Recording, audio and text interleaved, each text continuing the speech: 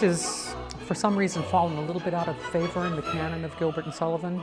The late 19th century, it was, and early 20th century when the revivals came along, it was the piece that had the longest run save for the Mikado.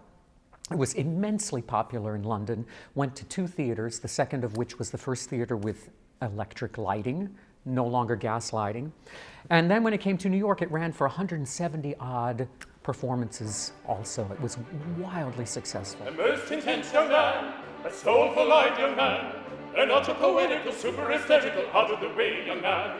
Conceive me if you can, an everyday young man, a commonplace type with a stick and a pipe and a harp of black and tan, who thinks suburban hops. It's set in the 1880s, which was the bustle period, was a time when women had bum rolls and they usually had a drape in the front of their dress and usually very conservative, higher necklines.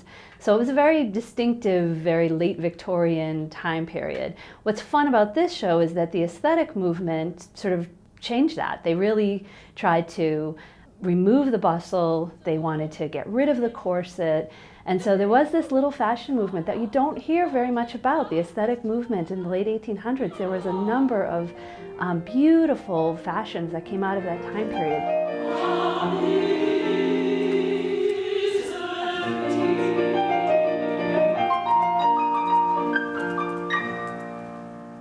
In the research, Gilbert was really riffing on Oscar Wilde. And Oscar Wilde, as it turns out, actually came to America to promote the patients in America. And for his trip, there's a lot of research around what he wore. So he wore these, he had special velvet suits made for him. And so it was fun to model our Bunthorne in patients after actually Oscar Wilde and some of the fashions that he wore on his tour of America in the 1880s.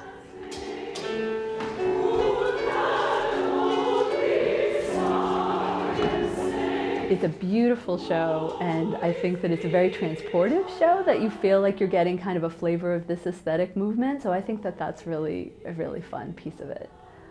They can expect beautiful music, beautiful singing from an extraordinary cast, intelligent actors, really funny material, beautiful costumes, a lovely set, and superb performance on every level. It's going to be a treat for the audience.